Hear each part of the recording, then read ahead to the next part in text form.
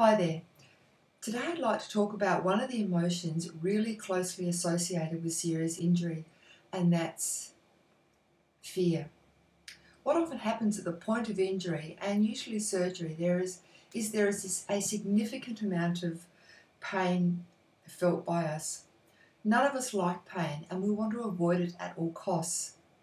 What happens though in the brain is that it associates the point of injury and the pain we felt and connects them as a fear which develops in the future. As an example, last year out on a long walk when I was fit and healthy, we decided to cut across some rocks which were wet and slippery. I fell, breaking my elbow. I ended up getting my elbow fixed surgically and there was no problems with that. But what happened as I recovered is when I went out to walk, I became fearful of anything that was wet and slippery. In fact, I avoided it at all costs.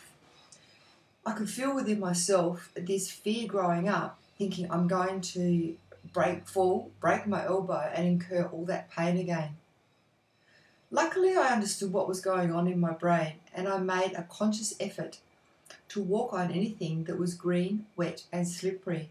So I walked on the grass and I slowly overcame that fear that was brewing inside of myself. It's pretty unlikely that I'd be willing to walk on wet, slippery rocks at a beach again at the moment, but at least I've gone a long way to addressing the fear that's had potential in affecting my future with exercise. Another example was one of the basketballers that I worked with some time ago. She injured her knee during a game, and that injury was extremely severe. In fact, it was severe enough to potentially finish her career in the sport. It also put a question mark on whether she would be able to achieve the goals that she had been aiming for. It took some time for her to recover physically from that injury, but what happened mentally and emotionally is when she got back on the court that she had to deal with the fear of other people being around her and the potential of being hit again or falling. In fact, it took quite some time for her to deal with this, and it's one of the things that you potentially may have to deal with yourself. Is it possible that there's a fear that you have within you relating to your injury?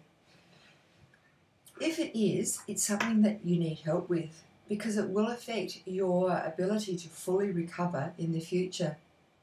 In fact, without you even knowing it, you might be avoiding situations that have any potential to give you that pain or injury again. This will limit things that you can choose to do.